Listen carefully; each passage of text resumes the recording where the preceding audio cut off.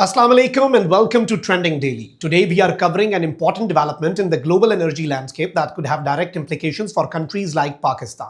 The United States has announced a 30-day general license that allows selected energy importing countries to access Russian oil, which is currently stranded at sea. This move is aimed at easing pressure in global crude oil markets and ensuring that supply reaches countries facing high energy stress and rising import costs. According to the US Treasury, this arrangement is designed to provide short-term relief and improve stability in global energy flows during a period of uncertainty in international markets.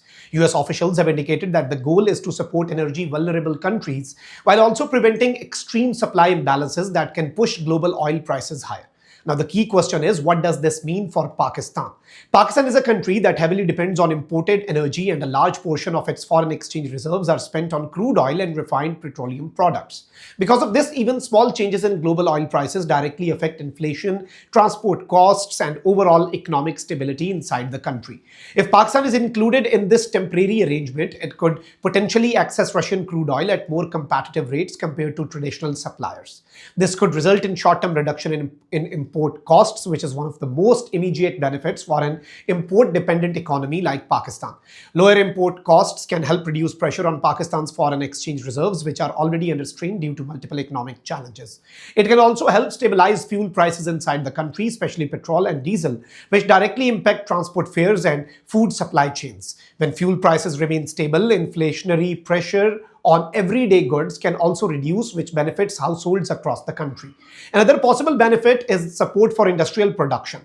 Energy costs are a major component of manufacturing, agriculture, and logistical sector in Pakistan.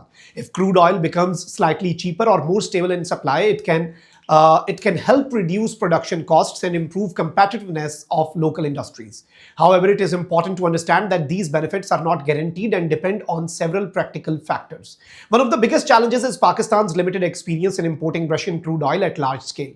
Unlike Middle Eastern suppliers, Pakistan has not developed long-term logistics or refining arrangements for Russian oil. This means that even if access is available, the country may need to quickly adjust shipping routes, procurement, contracts, and refinery processes. Another major issue is refinery compatibility. Not all crude oil types are the same, and different refineries are designed to process specific grades of oil.